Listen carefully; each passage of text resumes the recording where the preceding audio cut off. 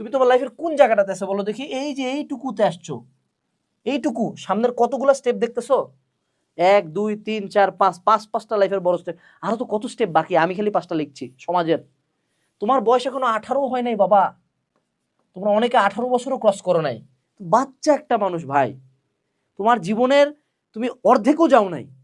তুমি যদি আল্লাহ যদি তোমাকে হায়াত দেয় 60 65 পর্যন্ত, তো তোমার জীবনের অর্ধেকও তুমি যাও নাই। তুমি যেটাকে ভাবতেছো ওরে আল্লাহ আমার জীবন শেষ, তোমার জীবন শুরুই হয় নাই, তোমার জীবন শুরুই হয় নাই।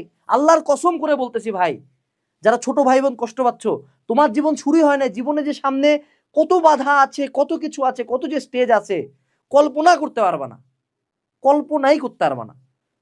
কোন সময় যে জীবন শুরু হবে এটাও আসলে বলা যায় না।